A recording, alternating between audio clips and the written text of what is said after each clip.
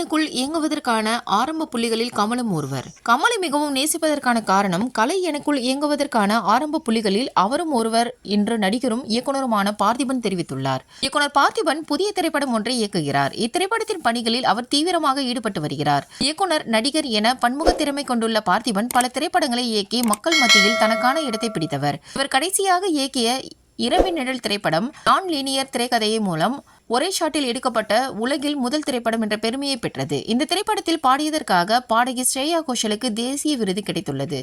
இதனைத் தொடர்ந்து பார்த்திபன் தற்பொழுது புதிய படம் ஒன்றை இயக்கி வருகிறார். இத்திரைப்படத்தின் பணிகளில் இவர் தீவிரமாக ஈடுபட்டு வந்துள்ளார். இந்த நிலையில் இந்த திரைப்படம் குறித்து அப்டேட்டை இயக்குனர் பார்த்திபன் தனது சமூக வலைதளங்களில் பகிர்ந்துள்ளார். அதில் கமலை மிகவும் நான் நேசிப்பதற்கான காரணம் கலை எனக்குள் இயங்குவதற்காக ஆரம்ப புள்ளியில் அவர்தான் உள்ளார். அவர் மீது மரியாதை எழுத்தை மீறியது. ஸ்ரீஹாசன் அவர்களை வைத்து ஒரு பாடலை என் புதிய படத்திற்காக படமாக்கிய பொழுது அவரது அலாதை திறமைகள் என்னை ஆச்சரியப்படுத்திய வேளையில் இன்னாரின் மகள் என்ற ஞாபகம் வந்திருந்தால் ஆச்சரியப்பட எதுவுமே இல்லை என்று நான் உணர்ந்திருந்தேன்.